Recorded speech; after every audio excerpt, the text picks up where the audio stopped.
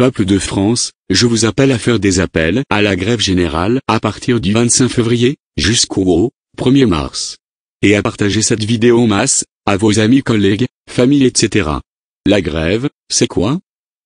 Jusqu'en 1864, la grève était strictement interdite, et constituait un délit pénalement sanctionné. Après cette date, les sanctions pénales furent supprimées, mais ce n'est qu'après la Libération, en 1946, que le droit de grève fut reconnu. Inscrit à l'article 7 du préambule de la Constitution de 1946, lui-même référencé dans la Constitution de 58, le droit de grève est un droit constitutionnel. La Cour de cassation l'a défini comme la cessation collective et concertée du travail, Cass-Sog 17 janvier 1968. Pour une fois, une définition simple et claire. Dans la tradition du monde du travail, la grève est un rappel de la place centrale qu'occupe le travailleur. Sans travailleurs, pas d'entreprise, pas de service. La grève est là pour rappeler à ceux qui l'oublient trop souvent, les salariés sont au cœur de l'entreprise, sans eux, rien ne fonctionne. Qui peut faire grève? Tout salarié peut faire grève, mais en respectant certaines conditions. On ne peut donc pas décider tout seul d'une cessation individuelle de travail, ce qui ne constituerait pas une grève. En revanche, lorsqu'une personne, même toute seule dans son entreprise, entend s'associer à une grève nationale, Cassation sociale 29 mai 1979, et décide en conséquence d'un arrêt du travail, il n'y a pas de problème. Voici ce que dit le droit: tout salarié peut s'associer à un mouvement de grève, même si aucune revendication particulière à l'entreprise n'a été formulée et même si le salarié est seul à suivre ce mot d'ordre dans l'entreprise. Cass. Soc. 29 mai 1979, numéro 7840-553. Le droit de grève est une liberté individuelle, garantie par la loi. En dehors des policiers et des militaires, tout salarié, syndiqué ou non, a le droit de faire grève. Aucun employeur ne peut empêcher un salarié de faire grève, aucun employeur ne peut sanctionner un salarié pour avoir utilisé le droit de défendre ses intérêts. Même dans les petites entreprises, le droit de grève existe, il faut le faire respecter. Je ne suis pas syndiqué, je peux quand même faire grève? Oui, sans problème.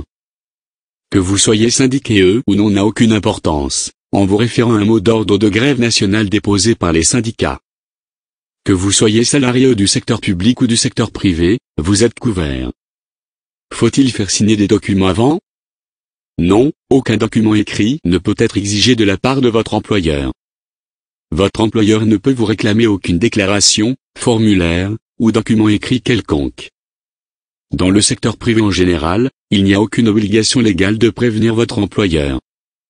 Attention, ce n'est pas pareil dans le secteur public et certaines entreprises où un préavis est nécessaire, comme par exemple les transports de voyageurs ou la collecte des déchets, où des procédures spécifiques sont mises en place. Est-ce que je peux être sanctionné pour avoir fait grève? Non. Aucune sanction ne peut vous être appliquée pour ce motif. Une sanction ou un licenciement pour fait de grève serait automatiquement déclaré nul par les tribunaux. Pour mon salaire, cela se passe comment?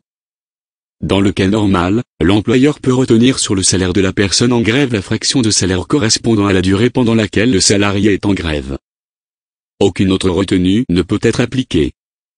Vous pouvez faire grève pour la durée que vous décidez, 1 heure, une demi-journée, une journée ou plus.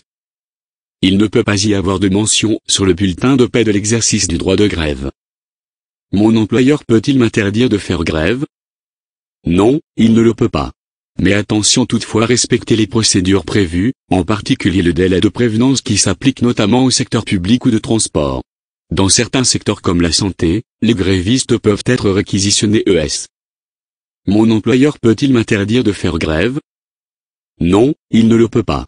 Mais attention toutefois à respecter les procédures prévues, en particulier le délai de prévenance qui s'applique notamment au secteur public ou de transport.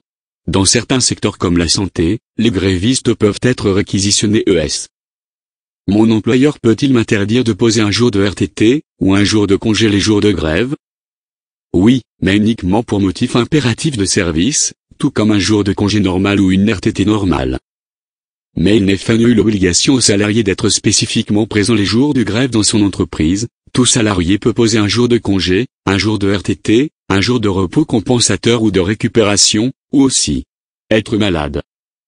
Vous devez poser votre demande dans les délais habituels à votre entreprise, et votre employeur ne peut vous refuser votre congé que pour les motifs qui s'appliquent habituellement, c'est-à-dire principalement le sous-effectif du service, ou la désorganisation du service qui s'ensuivrait.